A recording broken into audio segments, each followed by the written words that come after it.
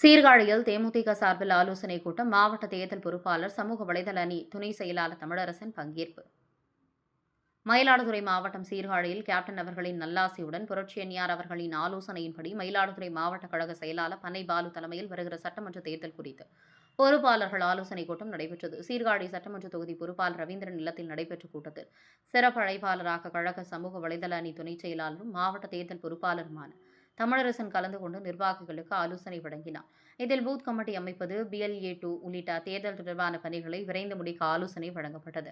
நிகழ்ச்சியில் மாவட்ட கழக பொருளாளர் ராசி மதிவாணன், மாவட்ட கழக துணை செயலாளர் CD பாண்டியன், முன்னாள் மாவட்ட துணை செயலாளர் சீர்காழி சட்டமன்ற தொகுதி பொறுப்பாளர் ரவீந்திரன், பூம்புகார் சட்டமன்ற தொகுதி பொறுப்பாளர் MK சாரங்கபாணி, மாவட்ட கழக துணை செயலாளர் மயிலாடுதுறை சட்டமன்ற தொகுதி பொறுப்பாளர் CN கார்த்திகேயன் மற்றும் கொள்ளிடம் மேற்கு ஒன்றிய கழக செயலாளர் ராமலிங்கம், கிழக்கு ஒன்றிய கழக செயலாளர் நவ்பர், குத்தாலம் மேற்கு ஒன்றிய செயலாளர் தங்க தியாகராஜன், மயிலாடுதுறை தெற்கு ஒன்றிய கழக செயலாளர் பாக்கம் சிவா, வடக்கு ஒன்றிய செயலாளர் ராஜாராமன், சம்பலர் கோவில் வடக்கு ஒன்றிய கழக செயலாளர் ராமகிருஷ்ணன், வைத்தீஸ்வரன் கோவில் பேரூர் கழக செயலாளர் ராமானுஜம், குத்தாலம் பேரூர் கழக செயலாளர் கஸ்தூரி ரங்கன், மாவட்ட சமூக வலைதளங்கள் அணி செயலாளர் கமல்ஹாசன், முன்னாள் மாவட்ட கழக துணை செயலாளர் SBR பாஸ்கர், மாவட்ட தொண்டரணி செயலாளர் கிருபாகரன் உள்ளிட்ட கட்சி நிர்வாகிகள் பலர் கலந்து கொண்டனர். சீர்காழி செய்திகளுக்காக சாமி பத்மநாபன்.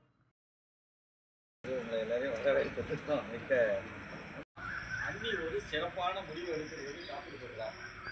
ஒரு நல்ல இந்த நிகழ்ச்சி இன்றைய தினம் இந்த மாவட்ட கழகத்தை செம்மையாக வழிநடத்த, வடிவமைக்க, ஆளுமைமிக்க ஒரு தளபதியாக உருவாக இன்றைக்கு புரட்சிக் கலைஞர் தலைவருடைய அருளாசியுடன் தலைவி அன்னியார் அவர்கள் நியமித்திருக்கின்றார். திராவிட கழகம் வென்றெடுக்க வேண்டும். அந்த வென்றெடுக்க வேண்டிய சூழ்நிலையை ஏற்படுத்துவதற்காக தலைமை என்னையும் என்னை போன்றவர்களையும் 234 தொகுதிகளிலும் மேற்பார்வையாளராக மாவட்டத்திற்கு ஒரு ஆள் என்ற அடிப்படையில் மாநில கழக நிர்வாகிகளை நியமித்திருக்கின்றார்கள். கூடியிருக்கின்றோம். இந்த கூடியிருக்கின்ற இந்த நிகழ்வுகளிலே கழக தோழர்கள் பலவித கருத்துக்களை நீங்கள் தெரிவித்திருக்கின்றீர்கள். அந்த கருத்துக்களை எல்லாம் நாங்கள் மாவட்ட கழக செயலாளரிடம் கூறி நமக்கு மேலே உள்ள மண்டல பொறுப்பாளர் அண்ணன் பார்த்தசாரதி அவர்களிடம் கூறி இதற்கான விடைகளை நிச்சயமாக உங்களுக்கு வழங்க நாங்கள் தயாராக இருக்கின்றோம். அதன் அடிப்படையில் இன்றைக்கு அன்னியார் அவர்கள் ஆணையிட்டது அடிப்படையில் பெரிய ஒன்றியங்கள், அதாவது 54 பஞ்சாயத்து, 60 பஞ்சாயத்து, 70 பஞ்சாயத்து இருக்கக்கூடிய பஞ்சாயத்துக்களை நாம் பிரிக்க வேண்டும்.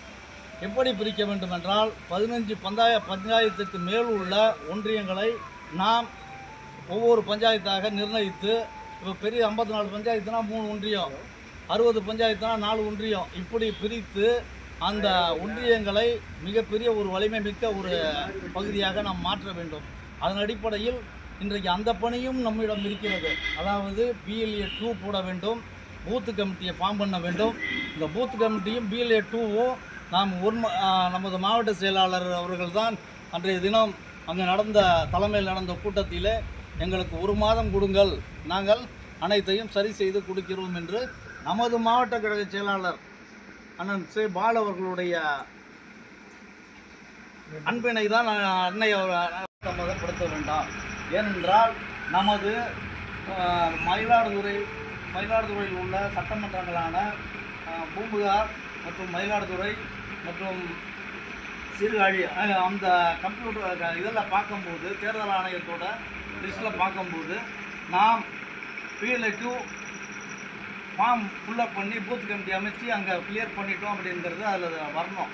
அப்போ நமது மாவட்டத்திற்கு அழைப்பு வைத்த அன்னியார் அவர்களுக்கு எனக்கு நன்றி கலந்த வணக்கத்தை தெரிவித்துக் கொள்கிறேன்.